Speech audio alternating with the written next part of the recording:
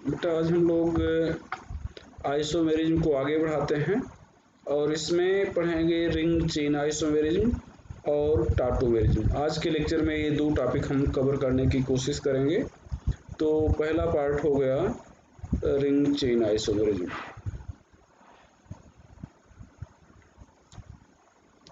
यहाँ पर लिख रहे हैं रिंग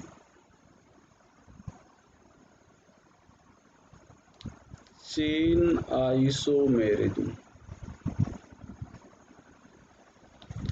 यहाँ पर अगर आपसे कोई कहे कि what is ring chain isomerism, तो आप कहेंगे मतलब special type of functional isomerism.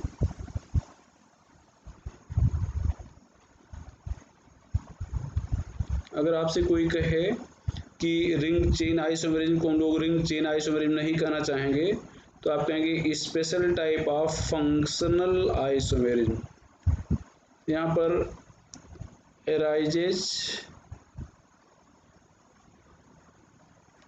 due to conversion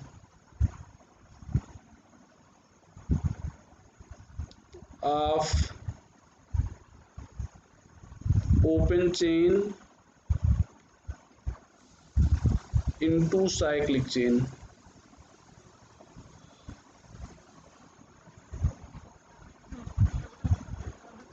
arises due to conversion of open chain into cyclic chain।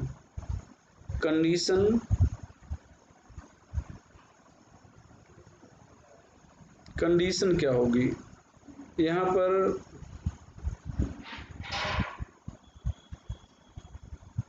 Open chain compound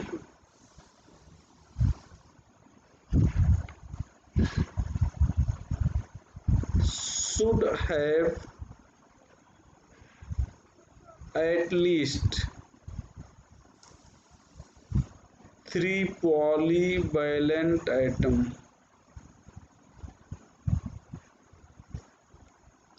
with 1 pi bond। मतलब यहाँ पर दो चीज होना चाहिए कि कम से ये एक पाई बांड नहीं, कम से कम एक पाई बांड, एटलीस्ट यहाँ पर लिख चुके हो तो एटलीस्ट एक पाई बांड हो और 3 पॉलीवैलेंट एटम हो। तो यहाँ पर ध्यान दें, इस पॉइंट पर ध्यान देंगे कि 3 पॉलीवैलेंट एटम हो कम से कम में और एक पाई बांड कम से कम में। ये कम से कम की बात की गई है, इससे ज़्यादा चीज़ें हो सकती हैं। तो यहाँ पर ध्यान दिया जाए, ये शर्त है। यहाँ पर कोई रूल तो ऐसा है नहीं कि हम लोग ये बता दें। यहाँ पर ध्यान दें बेटा, अब हम लोग अगर बात कर रहे हैं तो यहाँ पर सबसे पहले हम लोग ले रहे हैं C3H6। यहाँ पर एक पाई बांड होगा, अभी आगे चर्चा करेंगे कैसे जानेंगे कितना पाई बांड है। तो यहाँ पर कार्बन के 2 गुने के बराबर हाइड्रोजन है, तो एक पाई बांड है, भी आप जानते रहेगा।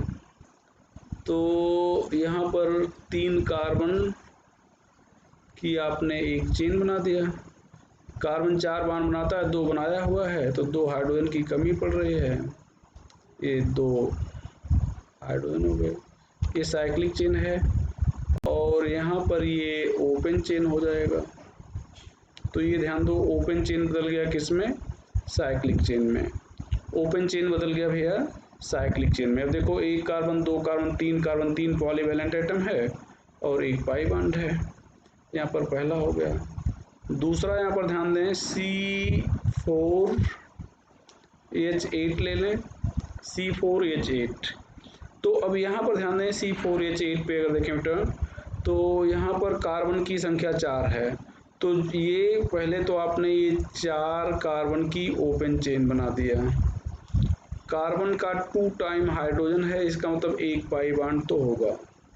कार्बन का 2 टाइम हाइड्रोजन है, इसका मतलब एक पाई बांड होगा। अब यहाँ पर ध्यान दो, जो साइक्लिक चेन होती है उसमें कम से कम 3 मेंबर होते हैं। तो कम से कम 3 मेंबर की आप एक साइकिल बना दो, ये बन गया। इसके बाद 3 से ज़्यादा मेंबर भी हो सकते हैं, तो ये 4 मेंबर की चेन हो गई। तो ये ध्यान दो, यहाँ पर ये हो जाएगा ये। यहाँ पर 2, यहाँ पर एक H आ जाएगा, ये 3 हो जाएगा। एक कार्बन 2 बॉन्ड 4 बॉन्ड बनाता है, जितना कम पड़े उतना आपको हाइड्रोजन जोड़ देना है। ये चीज़ आपको बता दिया गया है। तो ध्यान दो, ये एक कंपाउंड है जो ये ओपन चेन में बदला है और ये साइक्लिक चेन में बदला है। तो ये चीज़ें हो गई बेटा। यहाँ पर ध्यान दो, C3H6O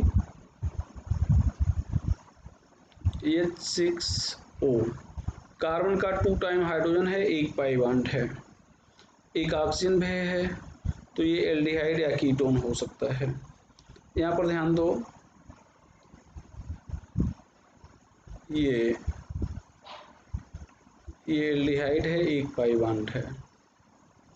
इसको आप कीटोन में भी कल बदले थे, बदल सकते हो। ये कीटोन है, कल यहाँ पर इसके 7 आइसोमर बनाए गए थे, ये चीज। अब यहाँ पर ध्यान दो बेटा, ये एक पाई, देखो कार्बन पॉलीवैलेंट है, कार्बन पॉलीवैलेंट है, कार्बन पॉलीवैलेंट है, और ये ऑक्सीजन पॉलीवैलेंट है। पॉलीवैलेंट का मतलब जिसकी वैलेंसी एक से ज़्यादा हो। तो यहाँ पर 1 2 3 4 पॉलीवैलेंट एटम है और एक पाई बॉन्ड है। वही चीज़ यहाँ पर है, 1 2 3 और 4 पॉलीवैलेंट एटम हैं और एक पाई बॉन्ड है। तो अब आप यहाँ पर क्या करें, आप 3 मेंबर की आप एक साइकिल बनाएंगे, 1 2, ये एक ऑक्सीजन यहाँ पर हो गया, ये 3 मेंबर की, और ये 3 कार्बन, एक कार्बन को आपने बाहर कर दिया। फिर उसी तरह से आपको बताया गया कि अब ये ध्यान रखिएगा कि साइक्लिक रिंग में कम से कम 3 मेंबर होने चाहिए। तो ये यहाँ पर 1 मेंबर 2 मेंबर, ये 3 मेंबर हो गया, एक मेंबर बाहर हो गया, यहाँ पर चारों मेंबर अंदर आ गए। तो ये अब यहाँ पर कार्बन ने 2 बॉन्ड बनाया था, तो 2 आपने हाइड्रोजन लगा दिया, यहाँ पर 1 हाइड्रोजन लगा दिया, यहाँ पर 3 हाइड्रोजन, यहाँ पर 2 हाइड्रोजन, 2 हाइड्रोजन, ये 2 हाइड्रोजन। अब ध्यान देना, ये जो फंक्शनल ग्रुप है, देखो एल्डिहाइड है, ये एल्डिहाइड है, साइक्लिक चेन में बदल गया। ये दोनों नीचे जो बन रहे हैं साइक्लिक ईथर हैं। तो यहाँ पर जो फंक्शनल ग्रुप एल्डिहाइड था, ये बदल गया साइक्लिक ईथर में। ये कीटोन भी साइक्लिक ईथर में बदल सकता है। तो ये देखो, आप अगर देख रहे हो तो फंक्शनल ग्रुप बदल गया है, इसलिए आप इसको special type of functional isomerism भी बोलते हो। तो इस आइसोमेरिज्म को अगर बोला जाए special type of functional isomerism. यहाँ पर हम लोग डिग्री ऑफ अनसैचुरेशन देख लें, या पहले नोट करके लिख लें। 1 pi bond equal to monocyclic compound. अगर ओपन चेन में पाई बॉन्ड है तो उसको आप मोनोसाइक्लिक कंपाउंड में बदल सकते हो। ये देखो, मोनोसाइकिल का मतलब जिसमें एक साइकिल हो, देखो ये एक साइकिल है, ऐसे यहाँ पर ये एक साइकिल है ऐसा। अच्छा, अब ये ध्यान से, ऐसा नहीं कि केवल एक कंपाउंड में, मतलब यहाँ पर लिखा गया मोनोसाइक्लिक कंपाउंड, मतलब वो ऐसा कंपाउंड में बदला जाता है जिसमें केवल एक साइकिल हो। तो ये ऐसा कंपाउंड है जिसमें केवल एक साइकिल है, पहला वाला। दूसरा भी ऐसा वाला है। यहाँ पर 2 पाई बॉन्ड अगर है, 2 पाई बॉन्ड, तो यहाँ पर इसको आप बाईसाइक्लिक कंपाउंड में बदल सकते हो। 2 पाई बॉन्ड इक्वल टू यहाँ पर बाईसाइक्लिक कंपाउंड।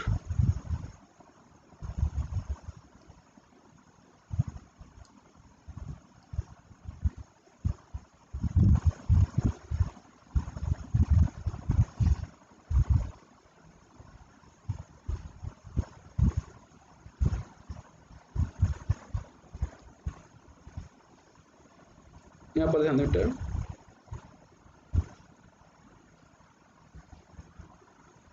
ये बाईसाइक्लिक कंपाउंड हो जाएगा। अच्छा, इसको आप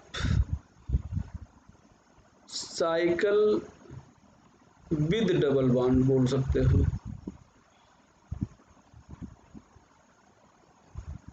इसको आप साइकिल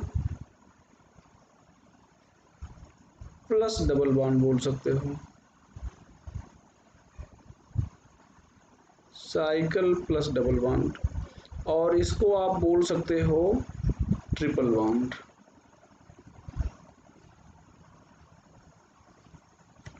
यहां पर ध्यान दो बेटा, अभी इसका एग्जाम्पल हम दे रहे हैं, ये जो लिखा गया है इसका एग्जाम्पल दे रहे हैं, या पहले देख ही लिया जाए। यहाँ पर C4H9 सॉरी H6 लिखा गया है, C6, यहाँ पर हो जाएगा 2 पाई बॉन्ड, ये 2 पाई बॉन्ड होंगे। कैसे होंगे अभी उस पर चर्चा हम कर रहे हैं। यहाँ पर अब देखें 2 पाई बॉन्ड है तो 22 साइक्लिक कंपाउंड बना सकते हो। अब 4 कार्बन का 22, अच्छा यहाँ पर नंबर ऑफ आइसोमर पहले देखा जाए, पहले नंबर ऑफ आइसोमर अगर है तो यहाँ पर 9 आइसोमर हो सकते हैं। कुछ बुक में 7 लिखा होगा, कुछ बुक में 8 लिखा होगा, कुछ में 9 लिखा होगा, ठीक है। तो स्पेशली स्टेबिलिटी पॉइंट को भी कंसीडर करते हैं। स्टेबिलिटी पॉइंट को बनाने को आप 9 बना सकते हैं, लेकिन स्टेबल 9 के 9 नहीं होंगे, उसमें 1-2 हैं जो कम स्टेबल होंगे। तो अगर मैक्सिमम ऑप्शन 9 दिया है तो फिर हम लोग 9 देंगे, मैक्सिमम 8 ऑप्शन है बुक में क्वेश्चन में तो मैक्सिमम 8 लिखेंगे, 7 है तो 7 लिखेंगे। यहाँ पर ध्यान दें इसके सारे आइसोमर बना रहे हैं। अब ये 4 कार्बन हो गया तो 4 कार्बन का एक ओपन चेन पहले बना दिया जाए, और यहाँ पर चूंकि आपको मालूम है 2 पाई बॉन्ड तो 2 पाई बॉन्ड बना दिया जाए। यहाँ पर आप हाइड्रोजन लगा सकते हो, ये 2 पाई बॉन्ड हो गया। अब ये दोनों पाई बॉन्ड जो दूर दूर हैं इनको आप पास में कर सकते हो। ये जब एक ही कार्बन के दोनों तरफ डबल बॉन्ड होते हैं तो ऐसे कंपाउंड को क्यूमुलीन कहते हैं, आर एलीन कहते हैं, मतलब ये क्यूमुलीन है या एलीन है। तो एक ही कार्बन के दोनों तरफ, मतलब कम से कम एक कार्बन के दोनों तरफ डबल बॉन्ड है तो उसको आप क्यूमुलीन कह सकते हो या फिर एलीन कह सकते हो भैया। अच्छा, अब यहाँ पर ये डबल बॉन्ड हो गया। अब यहाँ पर हम लोग क्या कर सकते हैं, डबल बॉन्ड की पोजीशन बदल दिए, अब इसको हम लोग ट्रिपल बॉन्ड में बदल दें।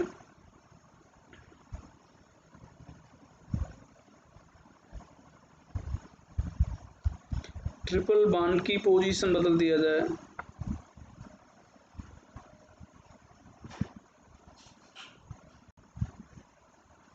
ये ट्रिपल बॉन्ड की पोजीशन बदल दी गई। अब ये ध्यान दो, ये एक 2 डबल बॉन्ड को या 2 पाई बॉन्ड को आपने एक ट्रिपल बॉन्ड में बदल दिया है, तो ये चीज़ हो गई है। अब यहाँ पर ये 22 साइक्लिक कंपाउंड बना सकते हो, तो 22 साइक्लिक कंपाउंड कैसे बनेगा हम लोग इसकी चर्चा कर लें। यहाँ पर ध्यान दें बेटा, 4 कार्बन से 22 साइक्लिक, अच्छा 22 साइक्लिक हमेशा बनेगा ऐसा जरूरी नहीं है, 22 साइक्लिक बनाने के लिए कम से कम 4 कार्बन होना चाहिए। तो ये ध्यान दो, ये यहाँ पर 2 बॉन्ड बना था, यहाँ पर 2 बॉन्ड, यहाँ पर 3 बॉन्ड बना है तो 1 H चाहिए, यहाँ पर 3 बॉन्ड बना है तो 1 H चाहिए, ये 22 साइक्लिक हो गया। अब cycle with cycle plus double bond, यहाँ पर ध्यान दो, तो ये 3 कार्बन की एक साइकिल बना दो, ये CH2, ये CH2, ये C double bond CH2, cycle बाहर में double bond, cycle plus double bond हो गया। अब यहाँ पर साइकिल विद डबल बॉन्ड बना दो, ये साइकिल के अंदर ही डबल बॉन्ड कर दो, ये यहाँ पर CH3 ऊपर कर देते हैं, इस CH3 को तोड़ के यहाँ कहीं लगा दो,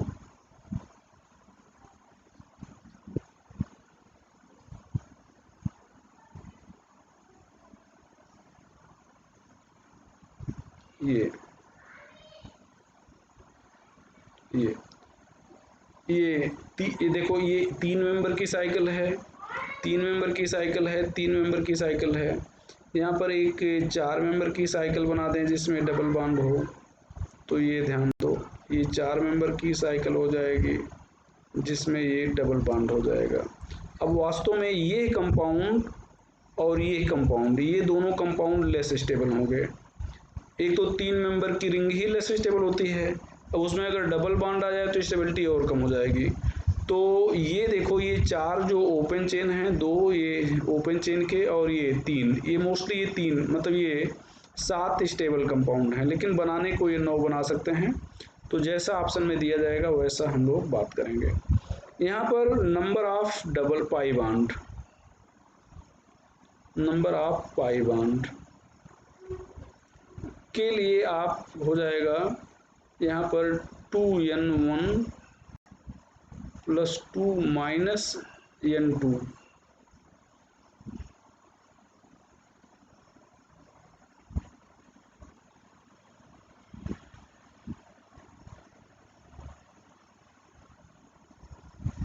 अपॉन 2, ये नंबर ऑफ पाई बॉन्ड हो जाएगा। यहाँ पर ध्यान दें, n1 number of carbon, n2 number of hydrogen. जहाँ पर पाई बॉन्ड होता है उसको अनसैचुरेट का कंपाउंड कहते हैं।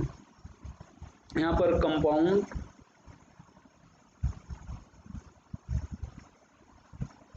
Having pi bond is unsaturate compound. Compound जिसमें पाई बॉन्ड होता है उसको हम लोग अनसैचुरेट कंपाउंड कहते हैं। अच्छा भैया, यहाँ पर अभी डिग्री ऑफ अनसैचुरेशन की बात करेंगे। आप अगर ध्यान दो, जिसमें पाई बॉन्ड नहीं उसको सैचुरेट कहेंगे। यहाँ पर आप जो फार्मूला आप ये ऊपर लिखे हो इसको समझो कैसे बनाया गया, रटने की जरूरत नहीं है।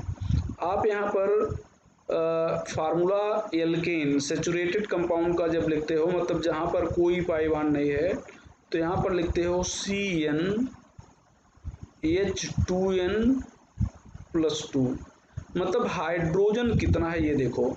तो ये n क्या है, ये n कार्बन है, जितना कार्बन है उसका 2 गुना +2, और यहाँ पर n1 को कार्बन कह रहे हो, n1 को क्या कह रहे हो, कार्बन, तो कार्बन का 2 गुना +2, तो इसका मतलब इतना हाइड्रोजन होना चाहिए था, 2n1 + 2 इतना हाइड्रोजन होना चाहिए था। अब यहाँ पर n2 मतलब इतना हाइड्रोजन है, n2 के बराबर है, तो मान लो जैसे 10 हाइड्रोजन होना चाहिए था। 10 हाइड्रोजन जैसे 4 कार्बन सपोज करो, यहाँ पर हम लोग लिख रहे हैं, देखो यहाँ समझिएगा इस चीज को। तो यहाँ पर हम लोग लिख रहे हैं C4, तो यहाँ पर हो जाएगा H10, क्यों, n का 2 गुना, कार्बन का 2 गुना +2, तो 10 हाइड्रोजन होना चाहिए। इसको यहाँ से समझो, ये फार्मूला यहाँ पे कैसे बनाया गया। तो यहाँ पर हम लोग इस फार्मूले को अगर देखें तो यहाँ पर हम लोग लिख रहे हैं कार्बन का 2 गुना मतलब 2 गुणे 4 +2, अब ये हो गया 10 हाइड्रोजन होना चाहिए था। अब मान लो कि 10 हाइड्रोजन है, तो 10 घटा दिए, अब यहाँ पर कुछ बचा ही नहीं, 2 से भाग दे दो, कोई वैल्यू नहीं है, तो यहाँ पर 0 पाई बॉन्ड हो गया। यहाँ पर अभी जो C4, यहाँ पर ध्यान दो, C4H10 लिखा गया था, C4H6 लिखा गया था। अब यहाँ पर कार्बन तो होना चाहिए था, देखो कार्बन होना चाहिए मतलब हाइड्रोजन होना चाहिए था कार्बन का 2 गुना +2, तो कार्बन का 2 गुना +2 इतना हाइड्रोजन होना चाहिए था, लेकिन हाइड्रोजन है कितना, 6 है। तो अब बचा कितना हाइड्रोजन, मतलब कितना होना चाहिए था और कितना है, तो यहाँ पर इसको ध्यान दें और बट्टे 2 कर देते हैं, ये पाई बॉन्ड यहाँ पर। तो यहाँ पर देखो, यहाँ पर 10 आ जाएगा और 10 से आप 4 घटाएं, 6 घटाएंगे तो 4 आ जाएगा, मतलब 4 हाइड्रोजन की कमी है, और 2 से डिवाइड कर देंगे तो यहाँ पर 2 पाई बॉन्ड आपको मिल जाएगा। तो 4 हाइड्रोजन की कमी है तो 2 पाई बॉन्ड कैसे आ गया। यहाँ पर ध्यान दो, कहीं पर सपोज करो यहाँ पर अगर आपने ऐसे कार्बन लिखा है और यहाँ पर हाइड्रोजन लिखा है, यहाँ पर हाइड्रोजन लिखा है, अब अगर इस हाइड्रोजन को हटा दिया जाए, इस हाइड्रोजन को हटा दिया जाए, तो ये बॉन्ड और ये बॉन्ड मिलके एक पाई बॉन्ड बना लेगा। ये ध्यान दो, ये और ये बॉन्ड मिलके क्या बना लेगा, एक पाई बॉन्ड बना लेगा।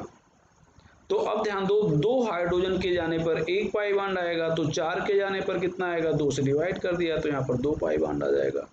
तो इस फार्मूले को हम लोग यहाँ पर ध्यान दो, जो ऊपर फार्मूला लिखा गया है उसको बड़े आराम से समझ सकते हैं कि इस फार्मूले का मतलब ये हो गया कि जितना हमारे पास कार्बन है, यहाँ पर जितना कार्बन है उसका 2 गुना प्लस 2 हाइड्रोजन होना चाहिए। अगर हमारे पास 4 कार्बन है तो 4 दूनी 8 प्लस 2 10 होना चाहिए। अब मान लो यहाँ पर नीचे वाले कंपाउंड में 4 कार्बन पे हमें 10 होना चाहिए, और है यहाँ पर 4, तो 10 में से 6 चला जाएगा, 6 है तो 6 चला जाएगा, इसका मतलब 4 हाइड्रोजन की कमी पड़ रही है। और 4 हाइड्रोजन यहाँ पर देखो, ये 4 हाइड्रोजन की यहाँ पे कमी पड़ रही है, तो इस 4 हाइड्रोजन को 2 से भाग दे दिए तो यहाँ पर आ गया 2। इसका मतलब कि 2 पाई बॉन्ड बनेंगे 4 हाइड्रोजन के जाने से। 2 हाइड्रोजन जाएगा तो हमेशा 1 पाई बॉन्ड बनेगा। तो इस फार्मूले से हम लोग निकाल सकते हैं। यहाँ पर हम नोट करके आपको और बताना चाहेंगे 2 पॉइंट। एक तो अगर हैलोजन है, हैलोजन इज कंसीडर्ड, या लैंग्वेज ना लिखें, हैलोजन है तो इसको हम लोग हाइड्रोजन मान लेंगे, क्योंकि हैलोजन की भी वैलेंसी 1 होती है और हाइड्रोजन की भी वैलेंसी 1 होती है। ये पहला पॉइंट हो गया। जब हम लोग नंबर ऑफ पाई बॉन्ड निकालने लगेंगे तो हैलोजन को हाइड्रोजन मान लेंगे। दूसरा, ऑक्सीजन है तो कंसीडर नहीं करेंगे, oxygen is not considered, oxygen को कंसीडर नहीं करेंगे, मतलब ऑक्सीजन पर कोई ध्यान ही नहीं देंगे, ऑक्सीजन है या नहीं, ऑक्सीजन के रहने न रहने से हमें कोई मतलब नहीं होगा। तो oxygen is not considered.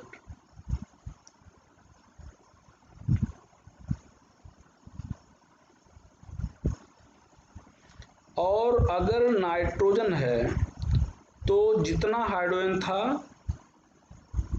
If nitrogen is present then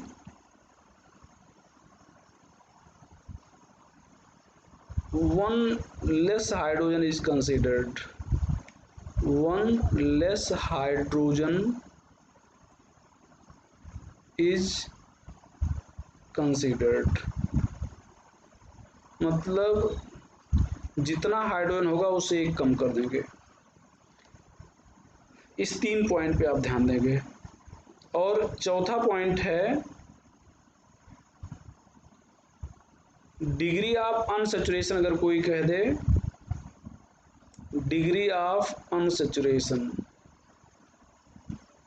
अगर आपसे कोई कह दे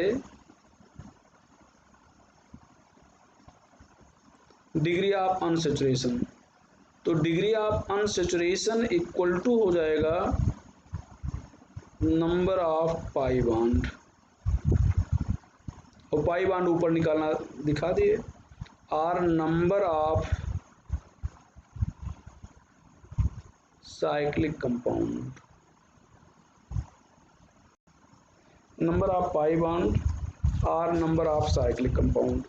ये चीज़ हम लोग यहाँ पर ध्यान दें। तो जितना भी पाई बॉन्ड है उसको हम लोग डिग्री ऑफ अनसैचुरेशन मान लेंगे। अगर पाई बॉन्ड नहीं साइकिल है तो साइकिल को भी हम लोग 1 पाई बॉन्ड मानेंगे, I E 1 cycle equal to 1 pi bond equal to 1 degree of unsaturation,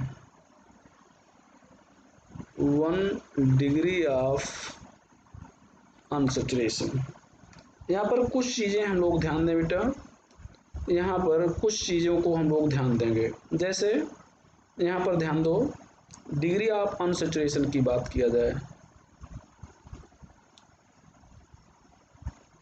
degree of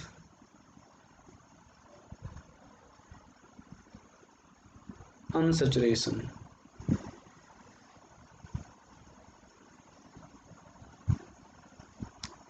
ये सब चीज़ें काफ़ी इम्पोर्टेंट हैं।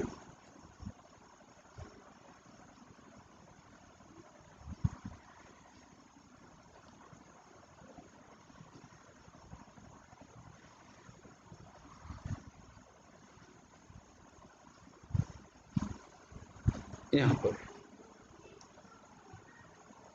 ये सारी चीज़ आप ध्यान से याद रखेंगे। अब यहाँ पर हम लोग आगे बात करें बेटा, यहाँ पर समझिए इन बातों को।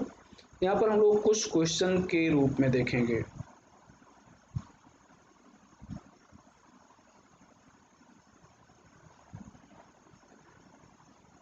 Degree of unsaturation in following compound, in following compound is. तो यहाँ पर ध्यान दें बेटा, degree of unsaturation in following compound की अगर हम बात करें तो यहाँ पर जैसे हम लोग ले रहे हैं, मान लो C2H2Cl2। तो अब हम लोग degree of unsaturation equal to number of pi bond,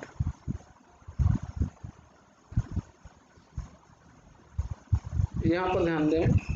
तो यहाँ पर कार्बन कितना है, 2 + 2 × 2 + 2 माइनस, देखो ये फार्मूला यहाँ पर अभी लिखा गया था डिग्री ऑफ अनसैचुरेशन के लिए कि 2n1 + 2 -n2 / 2।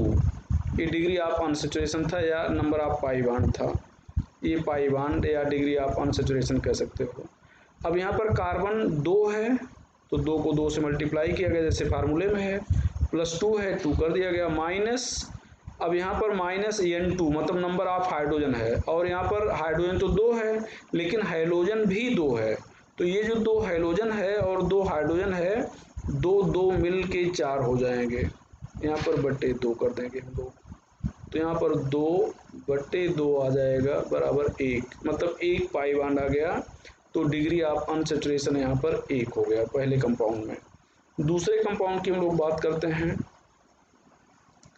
C3H6O।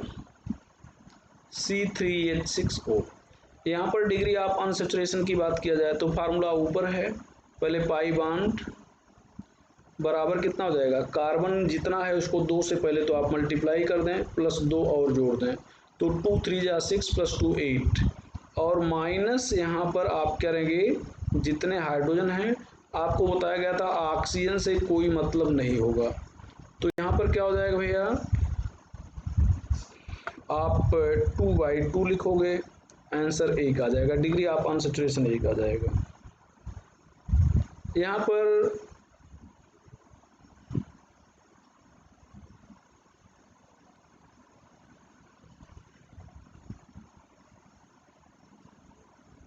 C2H3n हो गया। तो यहाँ पर पाई बॉन्ड कितना हो जाएगा, कार्बन का 2 गुना +2 सॉरी × 2 + 2 इतना होना चाहिए था। अब यहाँ पर नाइट्रोजन के केस में क्या करेंगे, जितना हाइड्रोजन है उससे 1 कम कंसीडर करेंगे। तो हाइड्रोजन तो 3 है तो 2 ही मानेंगे, यहाँ पर 2 हाइड्रोजन है। अब इसको आप 2 से डिवाइड कर देंगे, 2 से क्या करेंगे भैया, डिवाइड कर देंगे, तो यहाँ पर वैल्यू कितना आ जाएगी, 4/2, ये आ जाएगा 2, ये 4/2 है।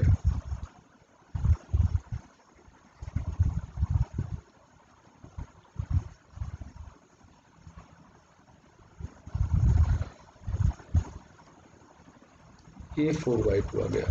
यहाँ पर ध्यान दो, अगला क्वेश्चन, C3H5n है, यहाँ पर पाई बॉन्ड और यहाँ पर कार्बन 2 3 है, तो 3 को आप 2 से गुणा करेंगे, +2 जोड़ेंगे, हाइड्रोजन 5 है लेकिन 5 से 1 कम कर देंगे, मतलब 4 मानेंगे। नाइट्रोजन के केस में जितना भी हाइड्रोजन होगा उससे 1 कम माना जाएगा, तो 3 दूनी 6 2 8, -4 तो 4/2 बराबर कितना आ जाएगा, 2 आ जाएगा। तो यहाँ पर ध्यान रखना है, ऑक्सीजन है तो ऑक्सीजन पर कोई ध्यान नहीं देंगे, नाइट्रोजन है तो फिर हाइड्रोजन जितना था उससे एक कम मान लेंगे, और अगर हैलोजन है तो हैलोजन को हम लोग डिग्री ऑफ अनसैचुरेशन सॉल्व करते समय क्या मान लेते हैं, क्या मान लेते हैं भैया, हाइड्रोजन मान लेते हैं। यहाँ पर डिग्री ऑफ अनसैचुरेशन बताया जाए तो यहाँ पर हम लोग क्या लिख रहे हैं, C4H10O।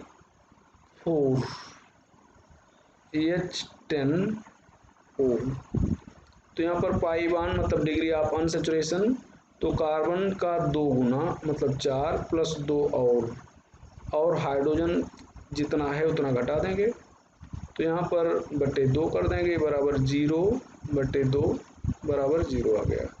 तो ये डिग्री ऑफ अनसैचुरेशन हो गया। ये तो हम फार्मूले से कैलकुलेट कर रहे हैं जो आपको बताया गया ऊपर, लेकिन वैसे देख के अगर बताना है, स्पेशली कार्बन और हाइड्रोजन अगर है या ऑक्सीजन है, तो कार्बन और हाइड्रोजन अगर बराबर हो, 2 गुने के बराबर होंगे, इसका मतलब एक पाई बॉन्ड होगा। 2 गुने के अच्छा एक ऑक्सीजन है, एक ऑक्सीजन है या ऑक्सीजन नहीं है तो एक पाई बॉन्ड होगा। कार्बन के 2 गुने से ज़्यादा हाइड्रोजन है तो फिर वहाँ पर पाई बॉन्ड नहीं होगा। चलो भैया ये चीज़ें हम लोग देख लिए। अब यहाँ पर क्वेश्चन नंबर 6 देखा जाए, ये यहाँ पर ये एक पाई बॉन्ड है, एक साइकिल रिंग है, तो यहाँ पर ये एक पाई बॉन्ड के बराबर होगा, और डिग्री ऑफ अनसैचुरेशन भी यहाँ पर क्या हो जाएगा, 1 हो जाएगा। यहाँ पर अगर ये बाईसाइक्लिक है तो ये 2 पाई बॉन्ड के बराबर है, या डिग्री ऑफ अनसैचुरेशन यहाँ पर 2 है।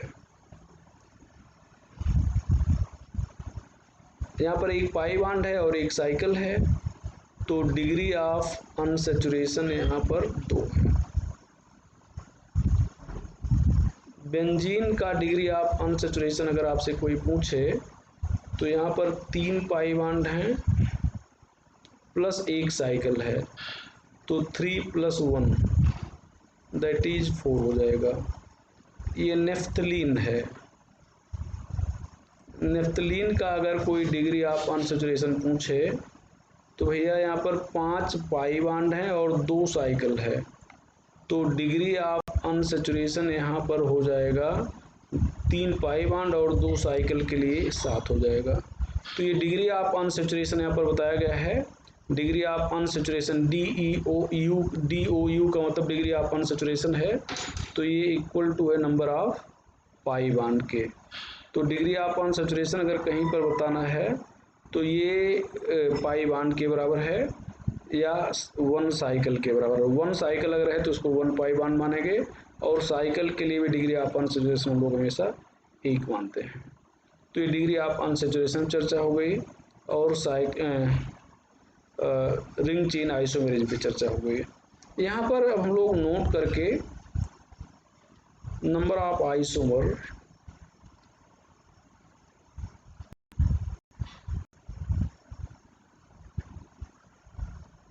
in few compound, number of isomer in few compound. चूंकि हम लोग स्ट्रक्चरल आइसोमर पढ़ रहे हैं या कॉन्स्टिट्यूशनल आइसोमर पढ़ रहे हैं जिसके लिए कोई फार्मूला नहीं है, तो इसलिए वहाँ पर हम लोग याद ही रखेंगे जो इम्पोर्टेंट कंपाउंड है। पहला इन एल्केन, इन एल्केन, तो एल्केन में बात करें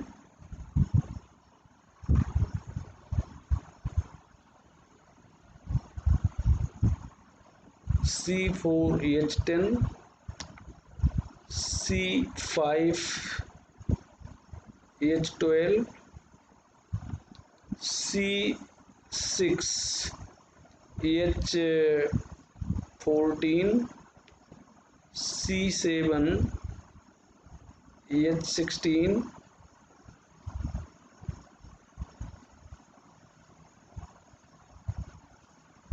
C8H18,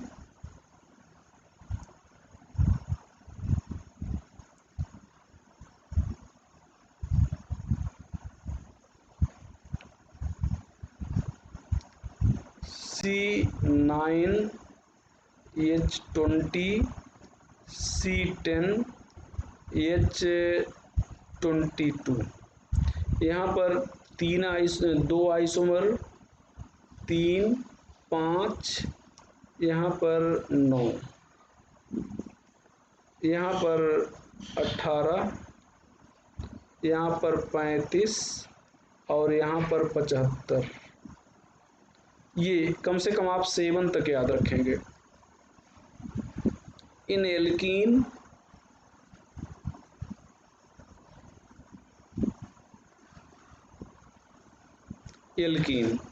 यहाँ पर ध्यान दें, एल्कीन की बात करें तो C3H6 दो आइसोमर, C4H8 लिखेंगे तो यहाँ पर आप 5 स्ट्रक्चरल लिखेंगे, ध्यान रखिएगा 5 स्ट्रक्चरल और 6 टोटल हो जाएगा। तो अगर आपसे कोई टोटल आइसोमर पूछे तो आपका आंसर हो जाएगा 6, और अगर स्ट्रक्चरल पूछे तो 5। यहाँ पर ध्यान दो, ये 6 कैसे हो जाएगा, यहाँ पर ध्यान दो बेटा, ये जो ब्यूटूइन है, ये ध्यान दो, ये ब्यूटूइन है। तो अगर आप यहाँ पर ध्यान दें, ये यहाँ पर इसको सिस बोलेंगे, जब दोनों एक तरफ हैं तो सिस, और दोनों अपोजिट साइड में हैं तो इसको ट्रांस बोलेंगे।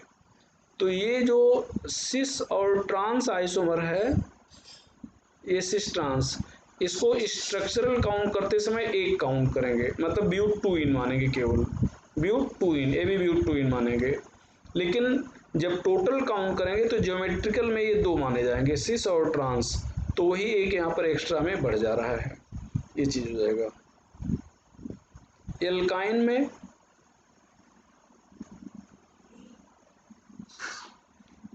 यहाँ पर C4H6 ये 9 आइसोमर, यहाँ पर हेलो में हेलोजन कंटेनिंग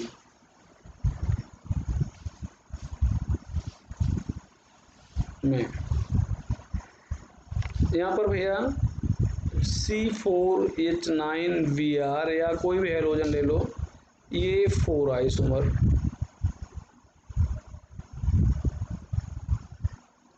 इसमें 4 आइसोमर। ऐसे भी पूछ सकते हैं कि 2 प्राइमरी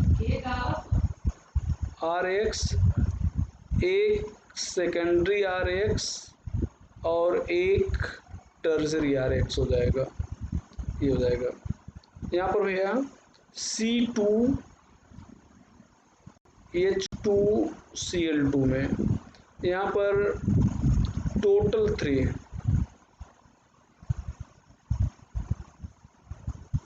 वही सिस ट्रांस वाला चक्कर यहाँ पर भी होगा, यहाँ पर टोटल 3 हो जाएगा। कैसे, यहाँ पर HCl, यहाँ पर HCl6 ClH,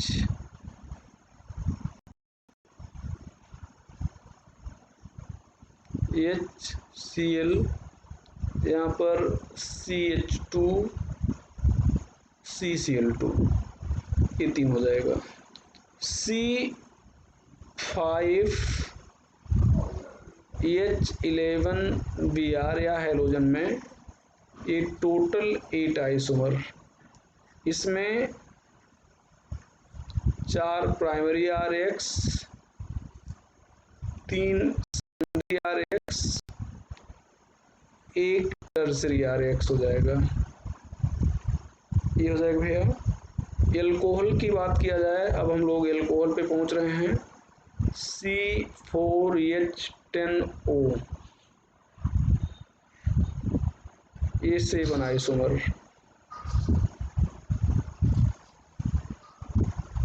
यहाँ पर 4 एल्कोहल होगा, 3 ईथर होगा।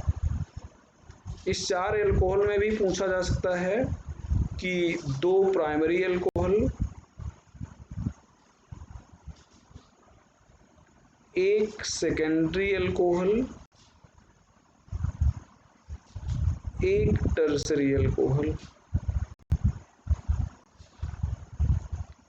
भैया C5H12O, यहाँ पर 14 आइसोमर होंगे, 8 एल्कोहल, और यहाँ पर हो जाएगा 6 ईथर। इस 14 में 4 प्राइमरी एल्कोहल, यहाँ पर 3 सेकेंडरी एल्कोहल और 1 टर्सरी अल्कोहल हो जाएगा। यहाँ पर भैया एल्डिहाइड कीटोन की, अच्छा यहाँ पर ध्यान दें C7H8O, ये 5 आइसोमर बनाएगा। यहाँ पर ध्यान दो,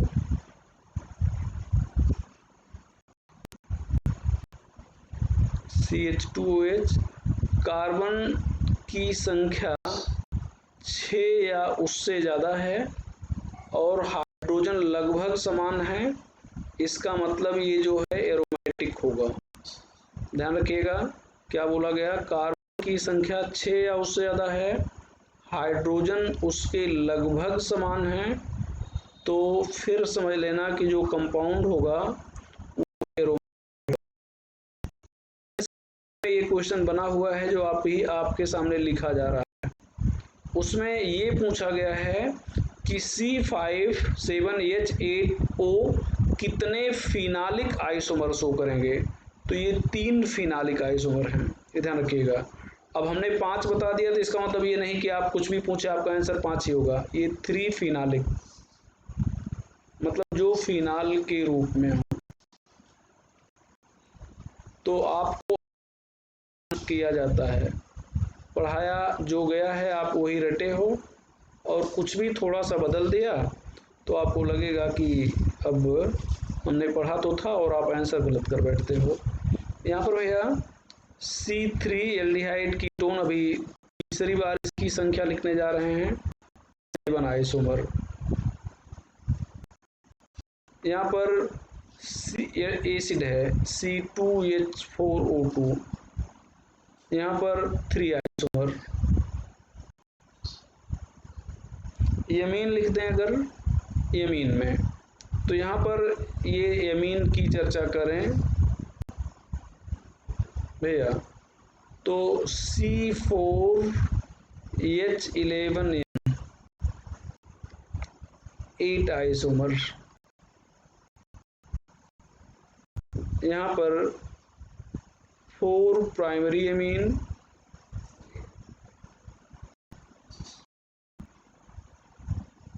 3 सेकेंडरी एमीन, 1 टर्सरी एमीन। तो आपसे केवल यही नहीं पूछता कि कितने आइसोमर बनेंगे, ये भी पूछ सकता है कितने प्राइमरी बनेंगे, बस केवल इतना कि C4H11N represent how many primary amine, तो आपका आंसर हो जाएगा 4। एक और है, ये भी आपके एनसीईआरटी में बना हुआ है, C7H9N, ये भी आपके बुक में बना हुआ है, यहाँ पर आंसर हो जाएगा 5 आइसोमर। यहाँ पर 5 आइसोमर। अब यहाँ पर चर्चा किया जाए बेटा, सेम वैसे जैसे अभी आपने फिनालिक वाला बनाया था, दो यहाँ पर CH2NH2, अगर NH2 है तो आप प्राइमरी एमीन कह सकते हो, NH2 नहीं रहेगा तो वो सेकेंडरी एमीन हो जाए, मतलब फिर कुछ और होगा।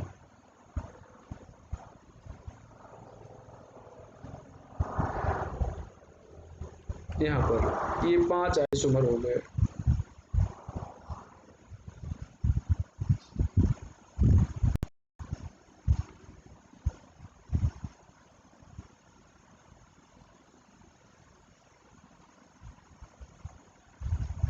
ये चीज हो गया, तो आज की बात हम लोग यहीं पे खत्म करते हैं। आगे के लेक्चर पे और आगे चर्चा किया जाएगा। यहाँ पर हेडिंग में थोड़ा सा हम लोग टाटो मैरिज लिख लिए थे, लेकिन उस टॉपिक को हम कवर नहीं कर पाए, तो इसलिए हेडिंग से हम लोग इसको रिमूव कर देते हैं।